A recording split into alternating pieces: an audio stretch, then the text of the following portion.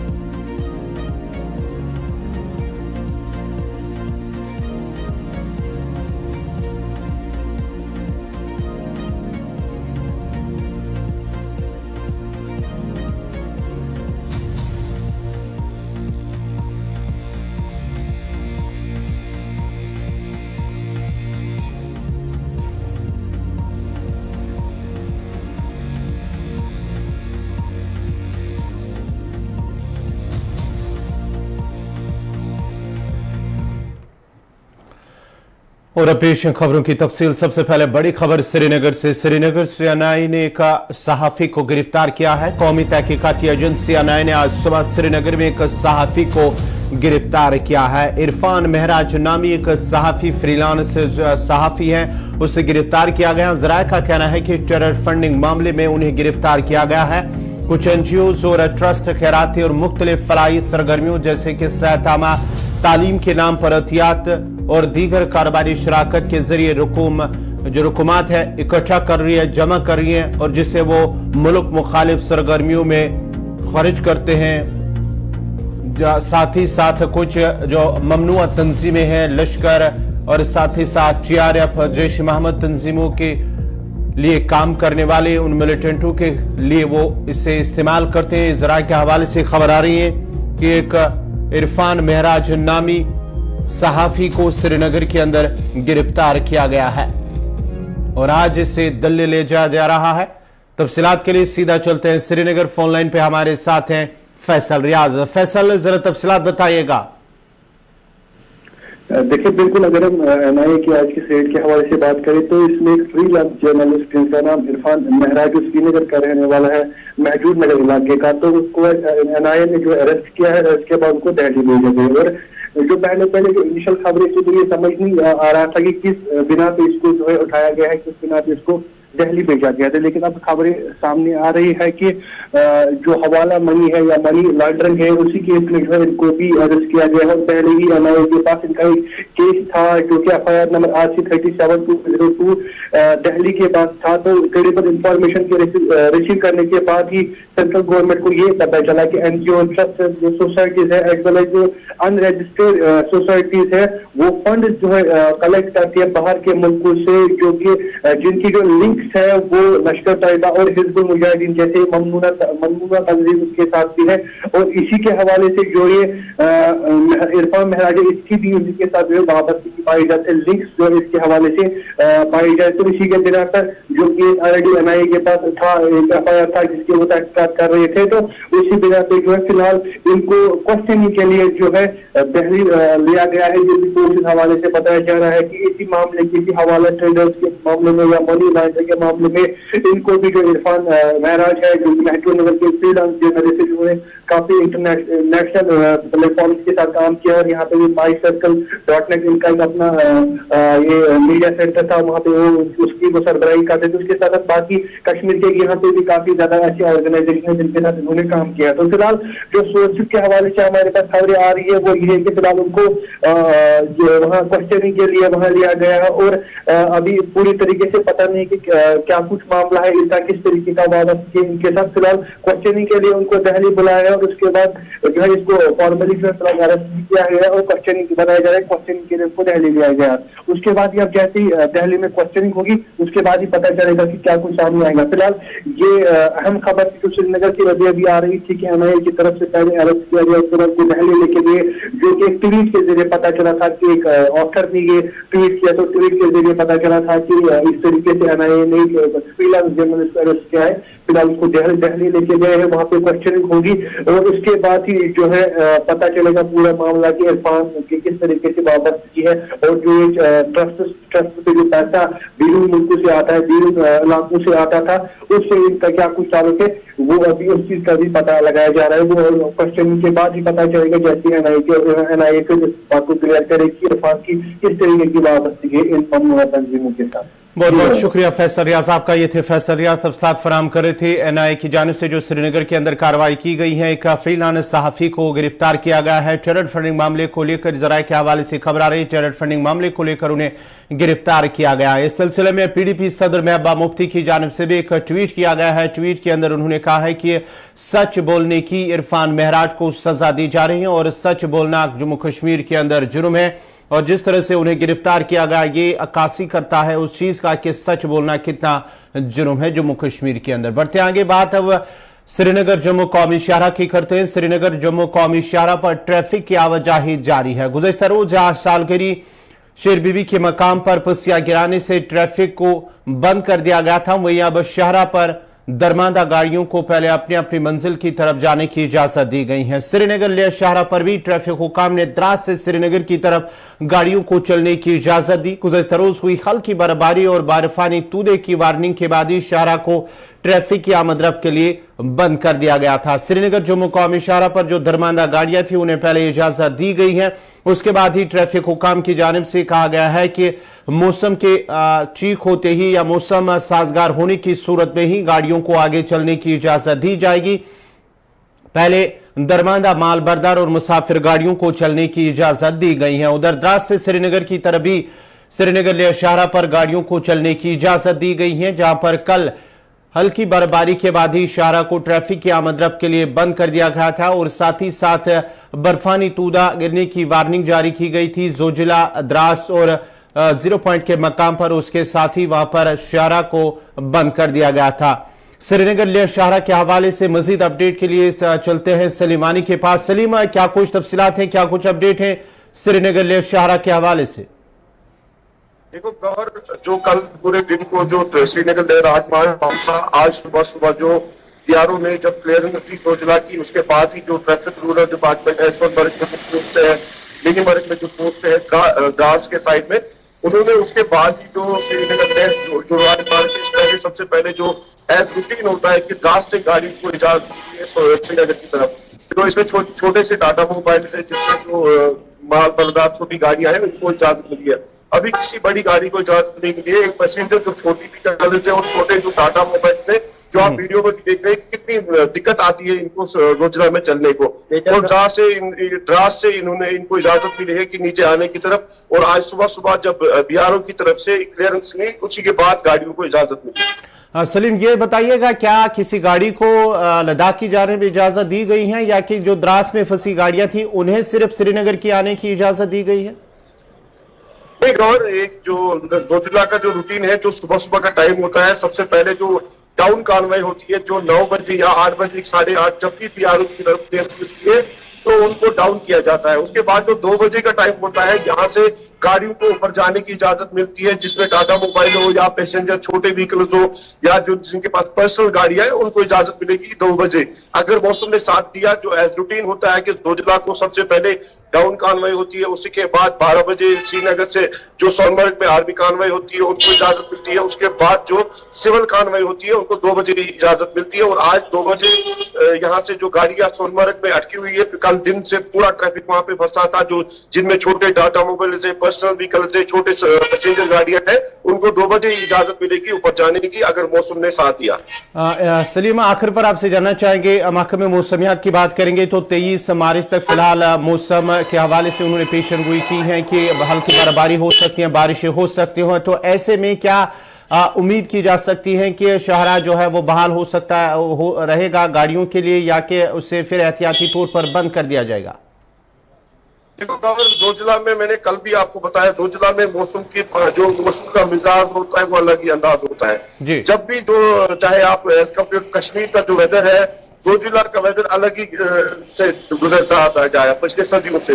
जोजिला को पूरी तरह से मॉनिटरिंग होती है, इसलिए डिविजनल कमिश्नर कश्मीर ने जो 10 दिन पहले जो एडवाइजरी भी की थी कि पूरी तरह से एडमिनिस्ट्रेशन को ये बोला गया कि इसको मॉनिटरिंग रहे, जिसमें यहाँ की Ganderbal BRO traffic rural department दोनों तरफ के जो है, दोनों तरफ से पूरी तरह से मॉनिटरिंग होती है कि जोजिला में खुदा न करे कोई हादसा न पेश आए। जोजिला वो रूट है, खुदा न करे अगर इसकी मॉनिटरिंग अच्छी से नहीं हो जाएगी, गाड़ियों को अगर विदाउट मतलब कोई कदम उठाया, इनको इजाजत मिलेगी, तो कभी कभार खुदा न करे कोई बड़ा हादसा भी हो सकता है। इसलिए जोजिला को पूरी तरह से मॉनिटरिंग होती है। जब भी जो मौका मिलता है गाड़ियों को, वीकेंड की क्लियरेंस के बाद गाड़ियों को इजाजत मिलती है, और इसमें जब लोडेड गाड़ियां चढ़ने स्टार्ट होगी तो उस टाइम भी, क्योंकि इस बार जो बर्फबारी काफी हुई है, तो पूरी तरह से मॉनिटरिंग के बाद ही जोजिला को गाड़ियों को इजाजत मिलेगी चलने की। बहुत बहुत शुक्रिया सलीमानी आपका। ये थे सलीमानी तफसात फराहम करे थे श्रीनगर लिया शाहराह के हवाले से, जहां द्रास से श्रीनगर की तरफ गाड़ियों को फिलहाल चलने की इजाजत दी गई है। आज सुबह अगरचे शाहराह कल हल्की बर्फबारी हुई थी, उसके बाद ही शाहराह को ट्रैफिक की आमदरफ्त के लिए बंद कर दिया गया था, लेकिन आज सुबह ही द्रास से श्रीनगर की तरफ माल भरदार गाड़ियों, जो छोटी गाड़ियां हैं, उन्हें चलने की इजाजत दी गई है। और माना जाता है कि अगर मौसम साजगार रहा, मौसम ठीक रहा, तो 2 बजे के बाद ही बड़ी गाड़ियों को भी इजाजत दी जाएगी। लेकिन श्रीनगर जम्मू कौमी शाहराह की बात करेंगे तो दोनों तरफ से फिलहाल श्रीनगर जम्मू कौमी शाहराह पर ट्रैफिक चल रहा है। बढ़ते आगे बात जरा मुगल शाहराह की भी करते हैं। वादी कश्मीर को सूबे जम्मू बिलखसूस पीर पंसाल के साथ जोड़ने वाली तारीखी मुगल शाहराह पर भी बहाली का काम उस वक्त मुतासर हुआ जब पीर की गली, पोशाना और आसपास के मुल्क का बलाई इलाकों में ताजा बर्फबारी हुई है। अगरचे मैकेनिकल विंग की जानिब से 43 किलोमीटर से ज्यादा सड़क पर बर्फ हटाई गई है, ताहम खराब मौसम के सबब काम को रोक दिया गया है। हुकाम का कहना है कि मौसम ठीक होने की सूरत में बर्फ हटाने का काम दोबारा शुरू किया जाएगा। के बारे में मैं आपसे ये कहना चाहता हूँ कि आपकी चैनल के माध्यम से ये कहना चाहता हूँ कि जितना भी ये मुगल रोड पे मशीनरी मैकेनिकल वालों ने लगाई थी, उन्होंने तकरीबन रोड साफ कर दी थी, को आधा किलोमीटर रह गई थी पीर गली टच होने के लिए, मगर दोबारा ये मौसम ख़राब की वजह से, बारिश होने की वजह से दोबारा ये रोड पे जो है ज़्यादा बर्फबारी हो गई है। अब थोड़ा उन्होंने 10-15 दिन का मौका लिया है कि दोबारा हम इसको जल्द से जल्द साफ़ करेंगे। हम मैकेनिकल डिपार्टमेंट से ये अपील करना चाहते हैं कि दोबारा इसको जल्द से जल्द खोला जाए, क्योंकि आने वाले दिनों में 2-4 दिन के बाद हमारा माह रमज़ान का महीने चालू होने वाला है। रमज़ान में हमारे ज़्यादा वहाँ से सब्जी आती है श्रीनगर से, और दूध वगैरह भी आता है, अच्छी से फ्रूट आते हैं जो हमें रमज़ान में यहाँ मिले जाते हैं। और उसके बाद फैसिलिटी होती है जो हमारे मेडिकल के जो आने जाने में मरीज़ होते हैं, जो जम्मू से जाकर 2-4 दिन में वो घूमकर वहाँ पहुँचते हैं। इसलिए हमें यहाँ मुगल रोड से बिल्कुल जल्द से जल्द यहाँ मेडिकल की सहूलत मिल जाती है। जो बच्चे कॉलेज में पढ़ते हैं, मुलाजम आने जाते रहते हैं, उनके लिए अप्रैल तक इनको ये जल्द से जल्द खोलना चाहिए, क्योंकि गवर्नमेंट के मैकेनिकल वालों के पास बहुत सारी मशीनरी है, अगर वो चाहे तो वो खोल सकते हैं, क्योंकि अभी बारिश जो है वो रुक गई है। तो इसके बाद हम यही अपील करेंगे। उसके बाद हम गोरनाल साहब से ये अपील करना चाहते हैं कि इस रोड पर जल्द से जल्द टेंडर लगाया जाए, ताकि ये 12 महीने चलने के लायक रहे। हम लोगों को इसकी ज़रूरत है। शुक्रिया आपका और आपके चैनल का भी। मैं आपको बताऊं कि मुगल रोड पे जो है ये सफाई का काम जारी था जी। अभी पिछले दिनों में 35-40 किलोमीटर जो रोड है उसको जो है साफ़ किया गया था, तो फिर ताज़ा स्नोफॉल हुई, इसकी वजह से वो रोड फिर बंद हो गई है। तो अभी मशीनरी काम कर रही, लेकिन हम सरकार से अपील करेंगे कि कम से कम इस पर थोड़ा तेज़ी से काम शुरू कीजिए, ताकि आने वाला महीना जो रमज़ान शरीफ का आ रहा है, श्रीनगर से सब्जियाँ आती हैं, फ्रूट्स आते हैं, फल फ्रूट आते हैं, तो ताकि ये जो है ट्रेडर्स लोग हैं अपना काम जो है कर सके।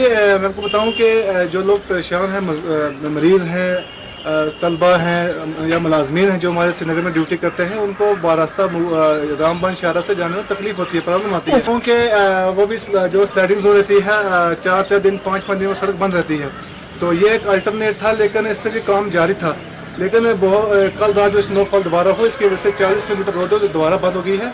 तो हम सरकार से अपील करते हैं कि इस रोड पे जो है फिर से काम शुरू कीजिए, जल्दी खोलिए, ताकि ये जो लोग हैं इनको परेशानी का सामना करना पड़ेगा। करेंगे ऐतिहासिक मुगल शाहरा की। पिछले कई दिनों से जो मुगल शाहरा पे जो है स्नो क्लियरेंस का काम जारी था, और आज की बात करें मौसम पिछले 2 दिन से काफी खराब था, और देर रात से जो है मुगल शाहरा पर स्नोफॉल भी काफी हो रहा था। और इस वक्त की बात करें, इस वक्त जो है मौसम आज थोड़ा सा साफ भी है, और 42 किलोमीटर की दूरी पे मुगल शाहरा पे जो है काम शुरू था, और कल शाम से जो है टुवर्ड्स पशाना से जो है पीर की गली तक दोबारा से स्नोफॉल हुई है और रोड बंद हो चुकी है। और अभी मैकेनिकल डिपार्टमेंट के कुछ सीनियर ऑफिसर से हमारी बात हुई है, उनका कहना है कि अगर मौसम ने साथ दिया, अगले 3-4 दिन तक मौसम भी खराब है, अगर मौसम साथ देता है तो हम दोबारा से इस काम को रिज्यूम करेंगे। मैं आकाश वली गुलिस्तान। जम्मू के अखनूर में सड़क के एक हादसे में 12 अफराद जख्मी हो गए हैं। श्रीनगर जम्मू हाईवे पर अखनूर के टांडा के करीब एक तेज रफ्तार मुसाफिर गाड़ी ड्राइवर के काबू से बाहर होकर दीवार से टकरा गई, जिसके नतीजे में बस में सवार 12 मुसाफिर जख्मी हो गए। मकामी लोगों और पुलिस ने बचाव कार्रवाई के दौरान सभी जख्मियों को नजदीकी अस्पताल ले जाया, जहां से 4 जख्मियों को इब्तिदाई इलाज मुआवजे के बाद जम्मू मेडिकल कॉलेज मुंतकिल किया गया।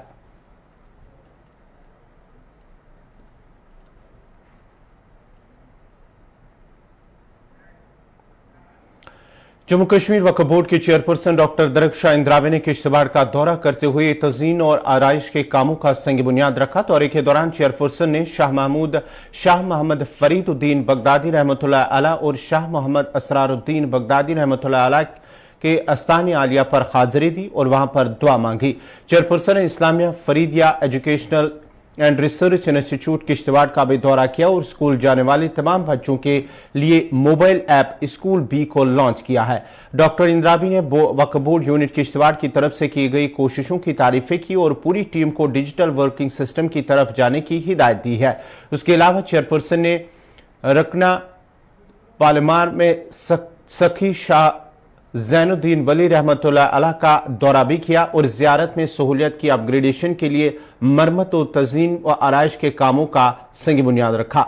मकामी लोगों की एक बड़ी तादाद ने चेयरपर्सन से मुलाकात की और जियारत की खूबसूरती, सखी एकेडमी की अपग्रेडेशन और ज़ायरीन के लिए सराही की तामीर जैसे मुख्तलिफ मसाइल सामने रखे हैं। चेयरपर्सन ने यकीन दिलाया कि वक्फ बोर्ड की तरफ से तमाम जायज मुतालबात को पूरा किया जाएगा। इस मौके पर खिताब करते हुए डॉक्टर दरख्शाह इंद्रावी ने कहा कि वक्फ हुक्काम अब जम्मू कश्मीर में जमीनी सतह पर मुसलसल काम कर रहे हैं और तारीख में पहली बार वक्फ बोर्ड जमीनी सतह पर फैसले ले रहा है और इस नुक्ते नजर से हर मुकाम पर बुनियादी मसाइल को समझने में भी हमारी मदद की है।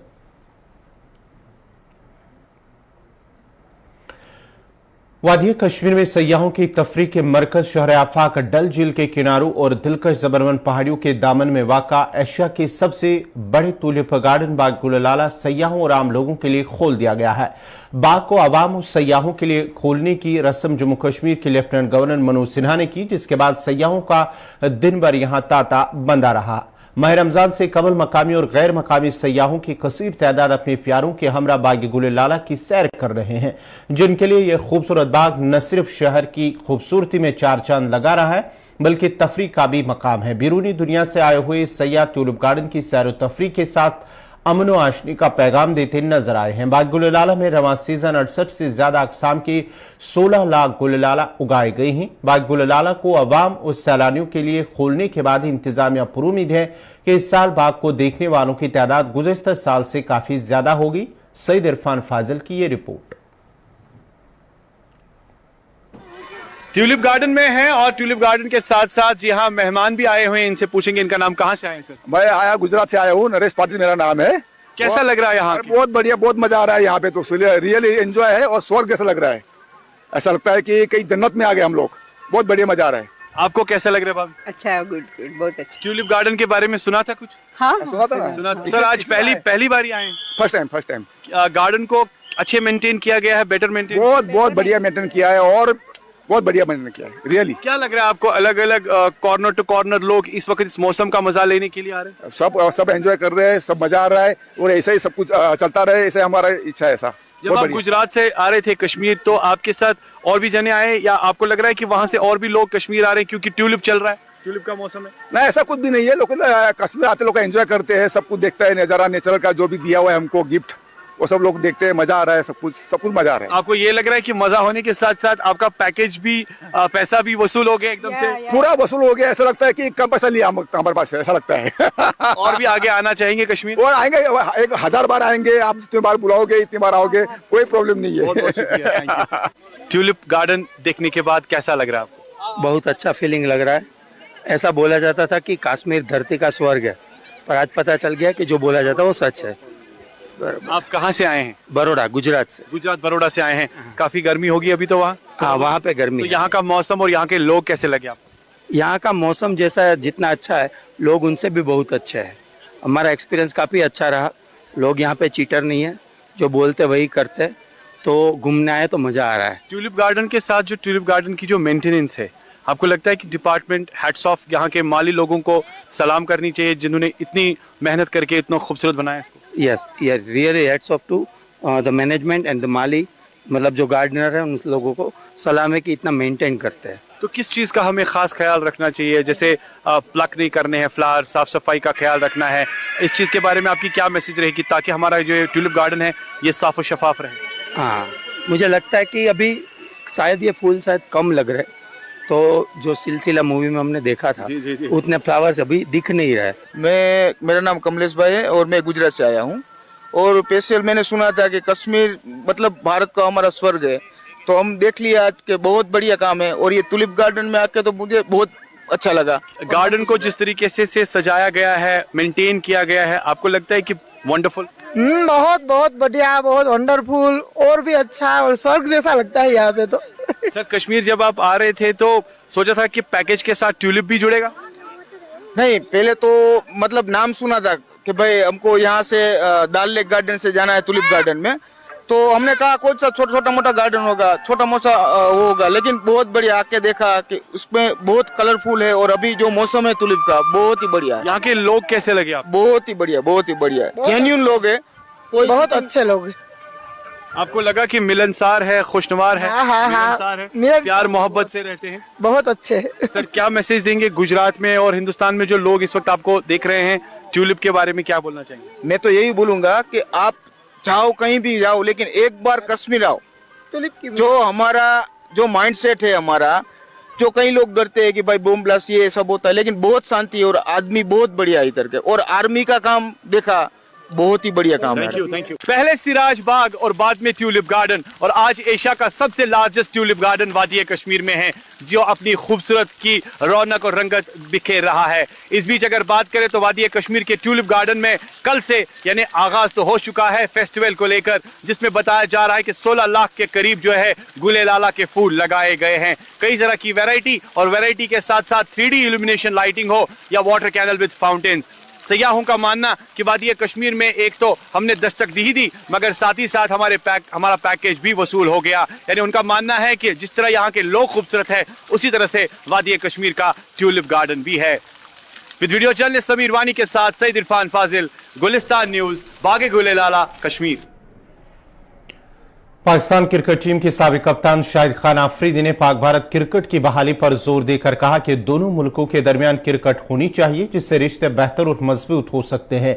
उन्होंने कहा कि हिंदुस्तानी क्रिकेट बोर्ड को ज्यादा जिम्मेदारी का मुजाहरा करना चाहिए, क्योंकि एक बहुत बड़ा और मजबूत बोर्ड है और इसे दोनों क्रिकेट ममालिक के दरमियान ताल्लुकात को मामूल पर लाने की कोशिश करनी चाहिए। और उन्होंने कहा कि वो भारतीय वजीर आजम नरेंद्र मोदी से भी दरख्वास्त करेंगे कि वो क्रिकेट होने दे। उन्होंने मजीद कहा कि क्रिकेट बेहतरीन सफारतकारी है और दोनों टीमों को एक दूसरे को मजबूत करना चाहिए।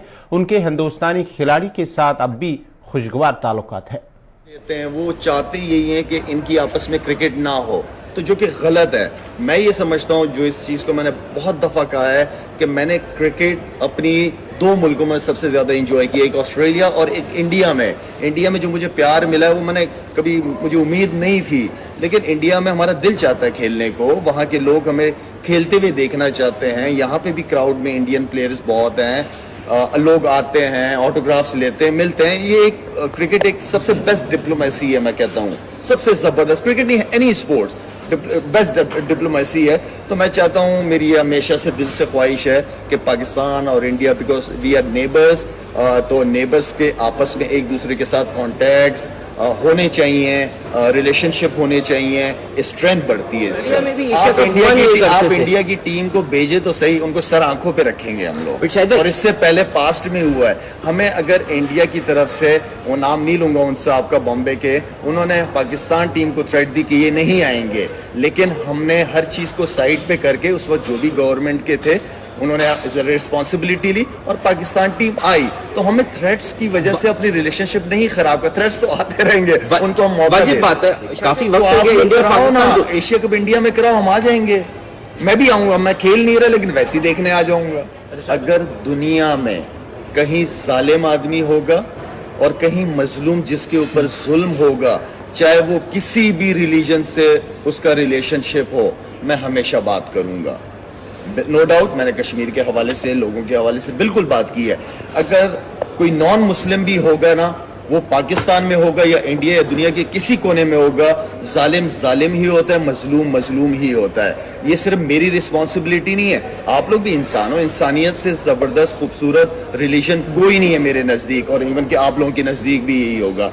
तो देखिए, गलत चीज गलत होती है, ठीक चीज ठीक होती है, लेकिन हमें एटलीस्ट हकीकत से पर्दा नहीं वो करना चाहिए, मैं अपनी आंखें बंद नहीं करनी चाहिए। दोबारा कह रहा हूं, कोई भी नाजरीन, इसी के साथ ही उर्दू खबरनामा इख्तिताम पजीर हुआ चाहता है। अपने मेजबान गौहर कुची को इजाजत दीजिए। अल्लाह हाफ़िज़।